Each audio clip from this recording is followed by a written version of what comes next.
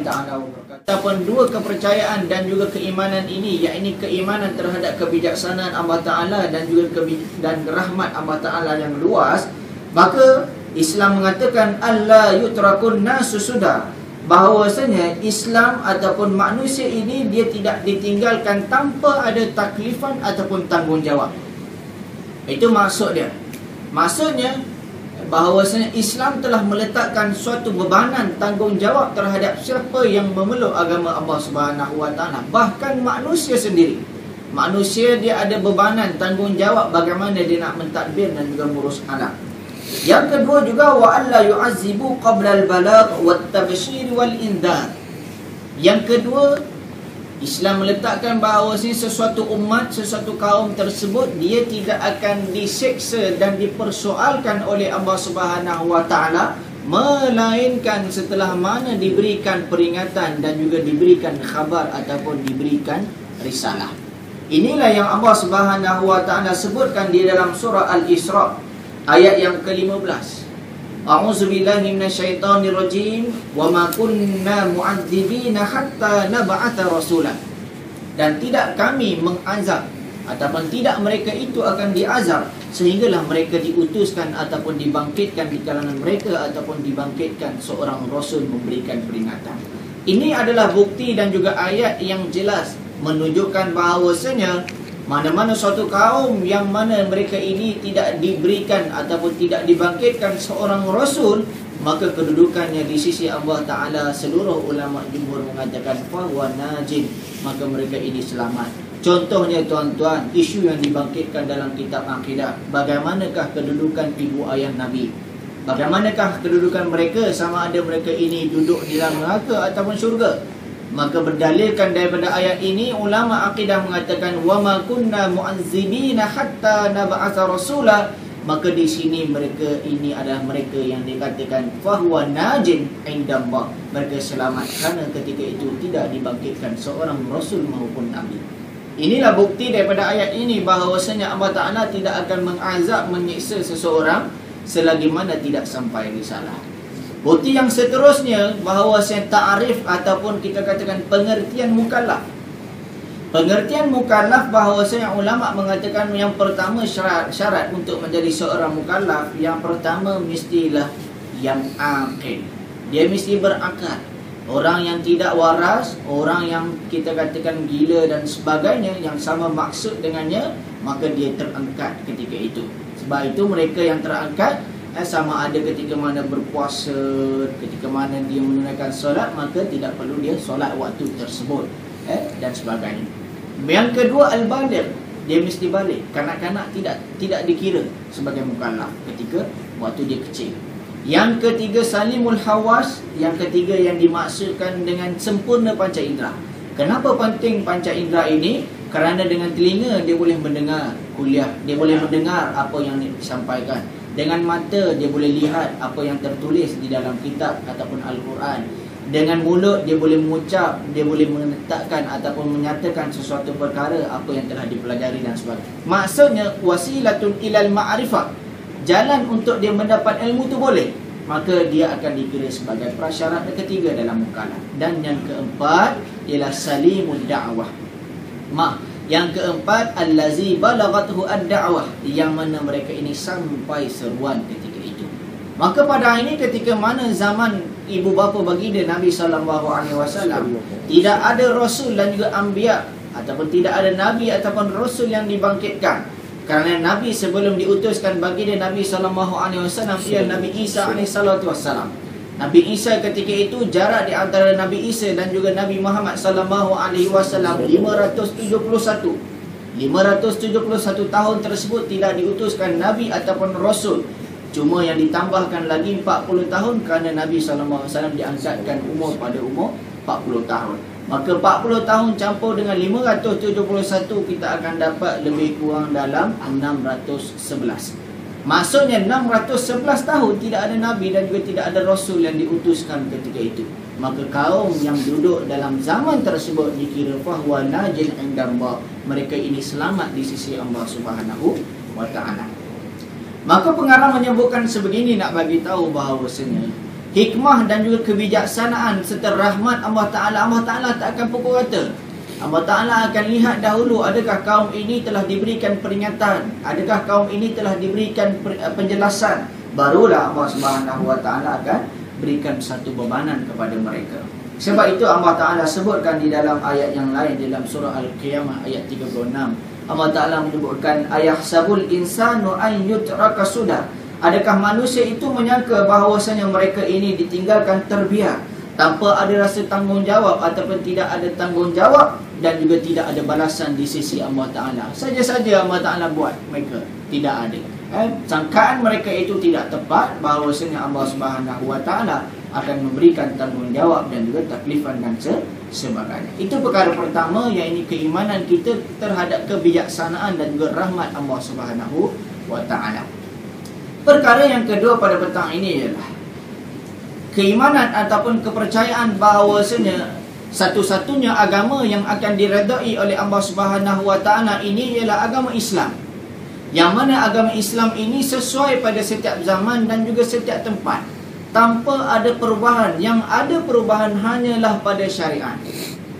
Ini jelas bahawasanya Allah Ta'ala sebut sama ada kepada Syuaib, Nabi Syuaib alaihissalam, sama ada kepada Nabi Saleh, sama ada Nabi Hud, sama ada Nabi Hud, sama ada mana-mana Nabi sekalipun, firman Allah Ta'ala dengan menggunakan bahasa yang sama, ya qaumi abudullaha ma lakum min ilahin ghairuh. Wahai kaumku, bahawasanya mengabdikanlah diri kepada Allah Subhanahu Wa Ta'ala, yang mana Tuhan yang engkau akan abdikan tersebut adalah Tuhan yang bukan selain daripadanya. Maksudnya tidak ada Tuhan melainkan Allah Subhanahu Wa Ta'ala. Sebab itu Allah Ta'ala menyebutkan di sini bahawasanya yang akan berubah ialah dari segi syariat.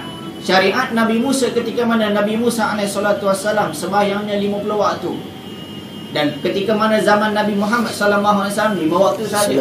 Kita lihat dan sorot kembali bagaimana kisah Isra wal Mi'raj. Dalam kisah Isra wal Mi'raj, Nabi SAW ketika mengambil kefarduan solat bersama dengan Allah Subhanahu Wa Ta'ala, ketika itu difardukan 50 dahulu. Lalu berlakulah, kita katakan, tahfid, diskaun. Bahasa Arabnya tahfid, bagi diskaun lagi. Ketika itu berjumpa dengan Nabi Musa alaihissalam. Wahai Nabi Musa, Allah Ta'ala taklifkan, syariatkan kepada umatku 50 waktu.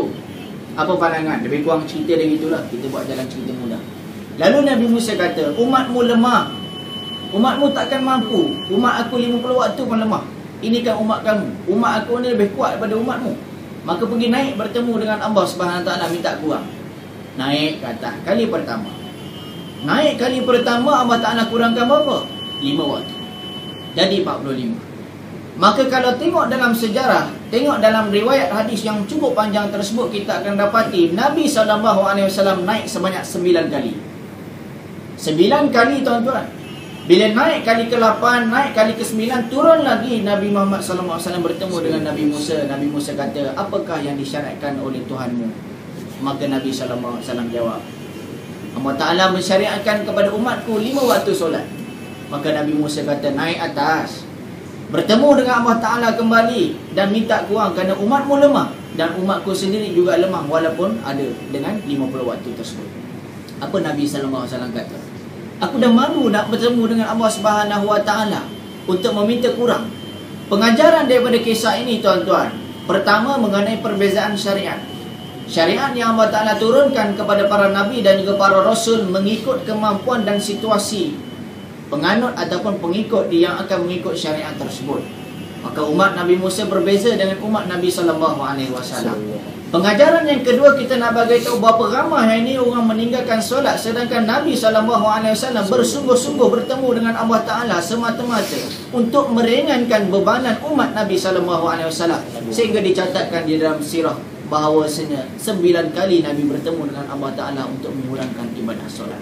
Yang 5 waktu inilah pada hari ini, semakin hari semakin kita lihat bahawasanya semakin umat Islam jauh daripada untuk menunaikan 5 waktu.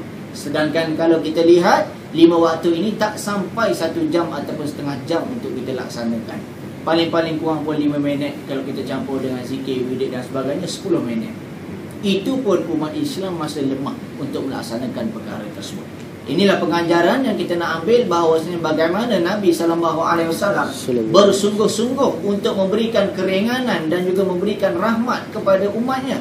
Tetapi kita hari ini umat yang tidak bersyukur, maka Allah Subhanahu Wa Taala sebut, la in syakartum la azidannakum wa la in kafartum inna azabi lasyadid.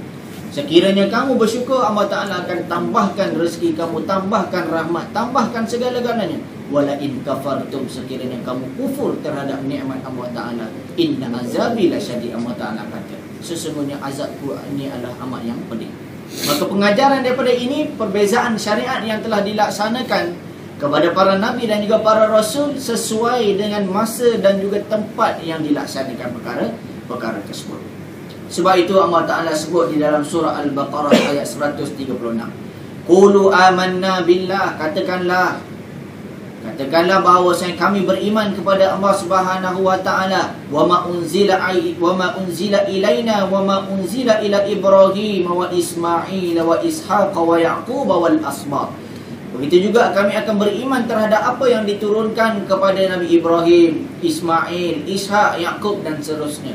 Wa ma utiya Musa, dan apa yang didatangkan terhadap Nabi Musa, wa Isa, begitu juga Nabi Isa, wa ma utiyan nabiyyuna min rabbihim, dan apa yang didatangkan oleh para nabi di kalangan Tuhan kamu, la nufarriqu baina ahadin minhum wa nahnu lahu muslimun. Tidak ada beza di antara semua nabi tersebut, semuanya ini adalah merupakan umat Islam ketika itu. Maksudnya ayat ini nak jelaskan bahawasanya apa yang didatangkan kepada para anbiya dan juga rasul sebelum baginda Nabi SAW, benda yang sama, tetapi yang membezakan adalah syariat sahaja. Begitu juga Allah Ta'ala sebut dalam ayat yang lain, syara'a lakum minad dini ma wassa bihi Nuha, bahawasanya Allah Ta'ala menyebutkan Tuhan telah mensyariatkan agama untuk kamu, apa yang telah diperintahkannya kepada Nuh, wallazi auhayna ilaika wa ma wassayna bihi Ibrahim wa Musa wa Isa, dan apa yang kami wahyukan kepada engkau wahai Muhammad, dan yang kami perintahkan kepada Ibrahim, Musa dan juga Isa, an aqimuddin wa la tatafarraqu fi, bahawa hendaklah kamu tegakkan agama dan jangan kamu berpecah belah di dalamnya. Kabura 'alal musyrikin ma tad'uuhum ilaih, berat bagi kaum musyrik, orang-orang yang mempersekutukan Tuhan, untuk menerima apa yang engkau serukan kepada mereka. Allahu yajtabi ilaihi man yasha wa yahdi ilaihi man yunib. Allah memilih untuk jadi utusannya siapa yang dikehendakinya dan dipimpinnya kepada agamanya orang-orang yang kembali kepada Tuhan. Surah Asy-Syura ayat yang ke-13. Maka Allah Ta'ala menyebutkan bahawasanya pensyariatan ini diberikan kepada Nuh, begitu juga dengan Nabi Ibrahim, Musa dan juga Isa, iaitu an aqimuddin, mendirikan agama. Mendirikan agama ini maksudnya menegakkan syariat-syariat mereka, ataupun menegakkan syariat yang telah diberikan kepada para nabi yang disebutkan di situ. Kemudian para rasul ataupun rasul yang telah diletakkan di dalam Islam ini adalah merupakan sebagai satu binaan-binaan yang melengkapi di antara syariat yang telah berlaku sebelum ini. Nabi SAW menyebutkan di dalam hadis, masali wa masalul anbiya'i qabli, bagiku ataupun contoh perumpamaanku dan juga perumpamaan di antara para anbiya sebelum aku, kamasali rajulun bana baitan, seperti seorang lelaki yang membina sebuah binaan, yang membina sebuah rumah, fa ahsinuhu wa ajmalahu, dan diperelokkan, dicantikkan binaan tersebut, illa mawdi'in labinatun, melainkan ada satu tempat di dalam binaan tersebut, min zawiyatin min zawaya, ada satu sudut di dalam binaan rumah tersebut tak lengkap. Lalu Nabi kata lagi bahawasanya, faja'alan nasu yatufu nabi, lalu manusia ketika itu mencari-cari apakah binaan ini ataupun apakah batu ataupun binaan yang macam mana kita nak letak pada sudut yang kosong ini lagi. Lalu Nabi SAW menyebut, wa yu'jibuna lahu, dan mereka rasa pelik macam mana kita nak sempurnakan binaan ini. Wa yaqulu halla wudi'at hazil lubana, apakah kita nak letak ni? Lalu Nabi SAW kata, fa ana tilkal allabinah, bahawasanya aku itulah binaan yang akan sempurnakan binaan rumah tersebut. Wa ana khatimun nabiyyin, maka Nabi kata, akulah pelengkap ataupun akulah sebagai penutup segala para anbiya. Maka di sini perumpamaan yang Nabi nak bagi tahu bahawasanya nabi-nabi sebelum ini bagaikan binaan binaan yang telah cantik dan sebagainya, cuma ada satu sudut yang tak lengkap lagi. Maka yang melengkapkan itu ialah Muhammad sallallahu alaihi wasallam. Maka maksudkan di sini ialah bagaimana Nabi ataupun perutusan Nabi sallallahu alaihi wasallam ini sebagai melengkapi syariat dan juga apa yang telah diturunkan oleh para anbiya dan juga rasul sebelum daripada baginda Nabi sallallahu alaihi wasallam. Sebab itu Al-Quran dia adalah merupakan melengkapkan syariat yang ada dan juga melengkapkan apa yang ada di dalam Islam seperti mana yang telah diberikan di dalam agama ataupun di dalam kitab Taurat, Zabur dan juga Injil. Maka Al-Quran melengkapkan segala-galanya dan juga memperincikan perkara-perkara tersebut. Dan perkara yang terakhir yang akan dibahaskan ialah bahawasanya kepercayaan kita bahawasanya para anbiya dan juga para rasul ini adalah sebaik-baik qudwah, sebaik-baik ikutan dan juga sebaik-baik teladan untuk kita ikuti. Kerana apa? Kerana mereka ini adalah manusia yang mana telah dipilih oleh Allah Subhanahu Wa Taala. Dalam banyak-banyak manusia yang hidup ketika itu, hanya 25 orang ini sahaja yang dipilih. Dan 25 orang inilah yang wajib kita ketahui dan baki daripadanya tidak wajib untuk kita ketahui. Para anbiya dicatatkan di dalam sirah bahawasanya 124,000 para nabi. Dan juga para rasul dicatatkan sebanyak 313. Maka perkara tersebut menunjukkan bahawasanya mereka ini safwatun mukhtarah. Mereka ini satu-satunya yang dipilih oleh Allah Subhanahu Wa Taala. Bila Allah Ta'ala pilih, pasti ada keistimewaan dan juga kita katakan kehebatan yang Allah Ta'ala pilih sehingga Allah Ta'ala memilih orang-orang tersebut. Bagaikan kita katakan pada ini, di kalangan anak-anak murid kita, di kalangan anak kita sendiri, pasti ada yang paling kita sayang. Disebabkan apa? Disebabkan kebijaksanaan dia. Disebabkan apa? Akhlak yang baik dia terhadap diri kita. Maka bukan pilih tersebut disebabkan pilih kasih, tetapi ada keistimewaan yang menyebabkan kesenangan di dalam hati kita sendiri. Maka pengarang mengatakan bahawasanya qudwah ataupun role model ataupun kita katakan teladan tersebut perlu kita bersungguh-sungguh ataupun berusaha untuk kita menjadikan itu adalah merupakan sebagai teladan. Yang mana kita katakan bahawasanya dengan teladan tersebut akan memimpin kita ke jalan yang diredai oleh Allah Subhanahu Wa Taala. Bila kita sebut teladan tersebut mestilah teladan yang baik. Kalaulah teladan tersebut teladan yang tidak baik, tidak mendapat apa-apa sekiranya kita mengikuti perkara-perkara tersebut. Sebab itu kita katakan di sini bahawasanya manusia-manusia yang dinamakan sebagai para anbiya dan juga rasul ini, mereka ini adalah sebaik-baik ikutan supaya apa? Untuk membimbing kita ke jalan yang diredai oleh Allah Subhanahu Wa Taala. Kenapa pengarang membahaskan benda ini? Benda ini supaya kita nak jelas tidak menjadi di kalangan golongan musyrikin Mekah pada suatu ketika dahulu. Musyrikin Mekah pada suatu ketika dahulu tak boleh terima bahawasanya Nabi ini di kalangan bashar, Nabi ini di kalangan manusia. Kerana manusia ini dia sangka bahawasanya macam mereka. Lalu mereka sebut yang Allah Ta'ala rakamkan di dalam surah Al-Mu'minun ayat 24. Apa Allah Ta'ala kata? Allah Ta'ala kata, "Walau sya'allahu la'anzala malaikah." Mereka menyangka bahawasanya sepatutnya Allah Ta'ala akan turunkan malaikat, bukannya manusia sebagai Nabi. Kalau malaikat kami nak beriman. Ini hujah golongan musyrikin Mekah ketika itu. Dengan menyangka bahawasanya Nabi ini tak boleh di kalangan para manusia. Sedangkan kita dalam ahli sunnah ataupun kita dalam Islam mengimani bahawasanya Nabi ini adalah merupakan seorang manusia biasa yang dipilih oleh Allah Subhanahu Wa Taala dan diberikan mukjizat untuk melihatkan ataupun kita katakan menyatakan bahawa keistimewaan yang telah Allah Ta'ala pilih.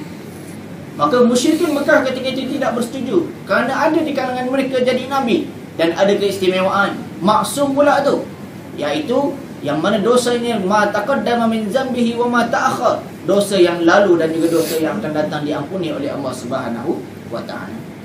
Lalu Allah Subhanahu Wa Ta'ala mengatakan di dalam ayat yang lain untuk menjawab golongan-golongan musyrikin Mekah ketika itu. Apa Nabi Allah Ta'ala kata? Qul law kana fil ardi malaikatun yamshuna mutma'innin lanazzalna 'alaihim minas sama'i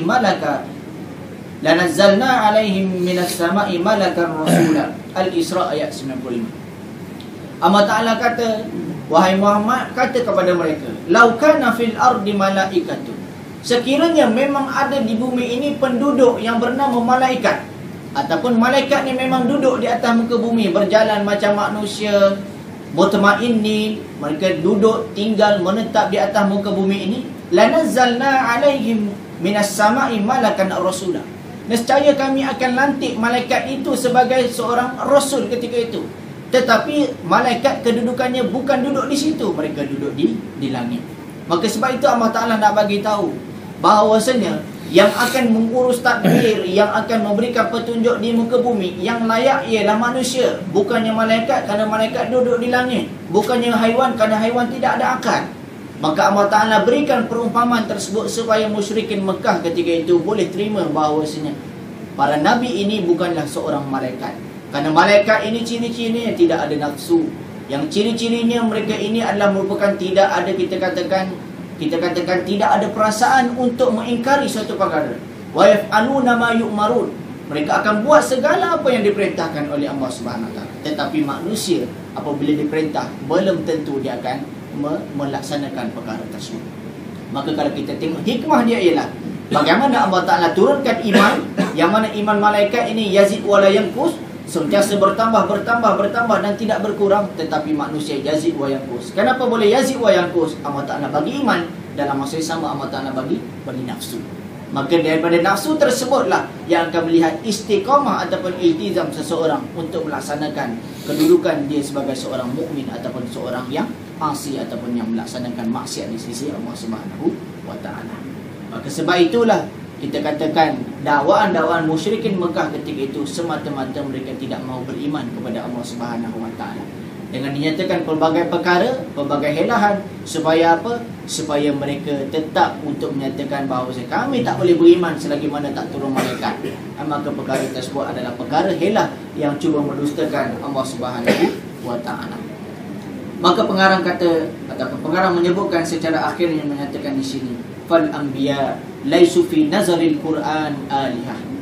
Maka kalau kita lihat seolah-olah kita ni telah beriman dengan para nabi, seolah-olah mereka ni Tuhan. Maka pengarang mengatakan Al-Quran telah jelas menyatakan para anbiya ini bukannya Tuhan. Wala ansafu alihah, bukan juga sebahagian daripada Tuhan.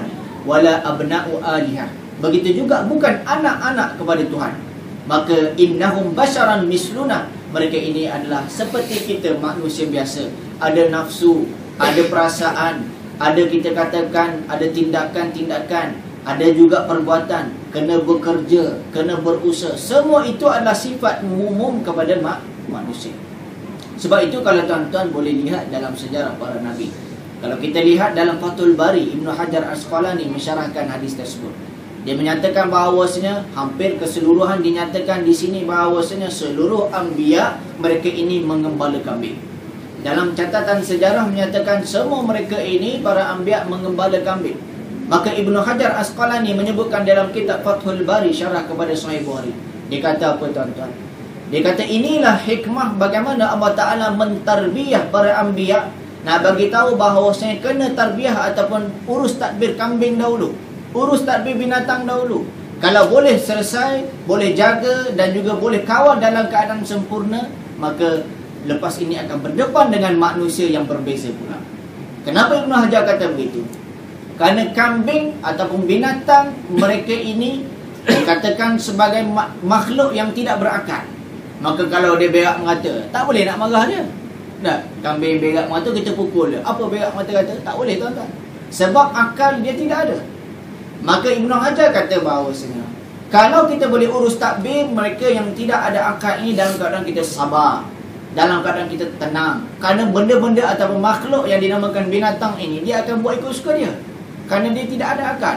Dia nak kencing merata, dia nak keluarkan rendang ikut suka hati, nak makan tanaman orang ikut suka hati dia. Melainkan kita ajar dia dan kita akan biasakan dia.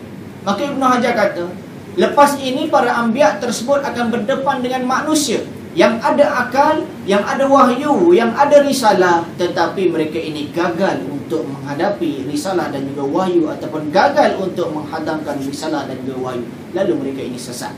Itulah yang berlaku kepada tamadun Rom, itulah yang berlaku terhadap tamadun Parsi, itulah yang berlaku terhadap tamadun Yunan, yang mana ketika itu mereka ini, kalau di Rom apa yang berlaku, dihalalkan perkawinan di antara bapa dengan anak perempuan, dihalalkan perkawinan antara anak lelaki dengan ibunya. Ini yang berlaku ketika itu, walaupun tamadun mereka tamadun yang hebat. Maka bermaksud di sini bahawasanya manusia ini adalah manusia yang mempunyai akal, tetapi mereka boleh runtuh akal mereka sekiranya mereka tidak mengikuti wahyu.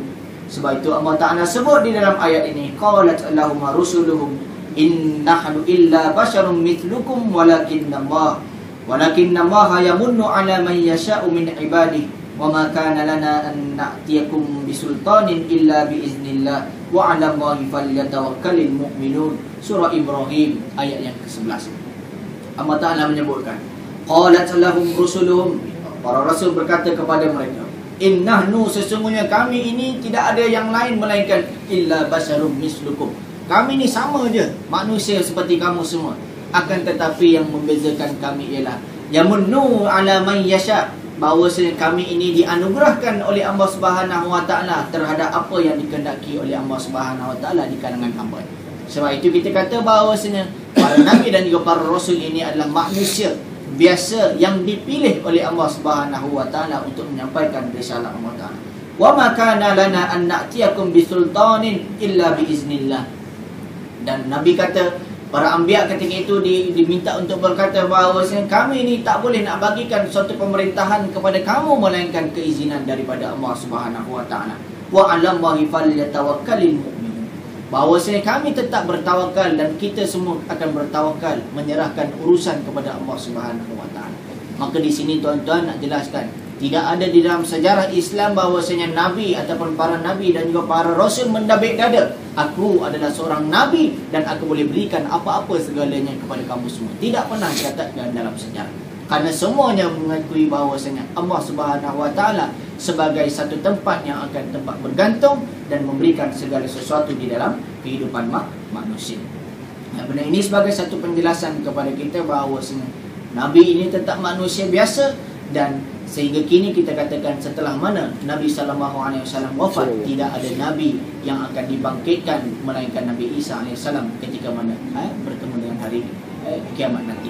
Maka ini telah jelas. Dan sekiranya kita faham, maka kita boleh menolak bahawa tidak akan ada nabi-nabi yang baru pada hari ini. Sama ada Rasul Kahar, sama ada apa-apa Rasul yang ada pada hari ini, sama ada Rasul Melayu, Rasul yang bukan Melayu dan sebagainya. Mereka ini adalah Rasul yang palsu yang telah jelas. Dan telah jelas daripada Al-Quran bahawasanya begitu juga dengan hadis, wa ana khatimun nabiyyin. Nabi kata bahawasanya aku adalah penutup segala para nabi dan tidak ada nabi selepas daripada aku yang akan dibangkitkan sebagai seorang nabi. Maka habislah dan tamatlah perbahasan kita mengenai keimanan kepada para anbiya dan kepada para rasul, yang mana ini adalah cebisan ataupun kita katakan hasil daripada keimanan kepada Allah Ta'ala.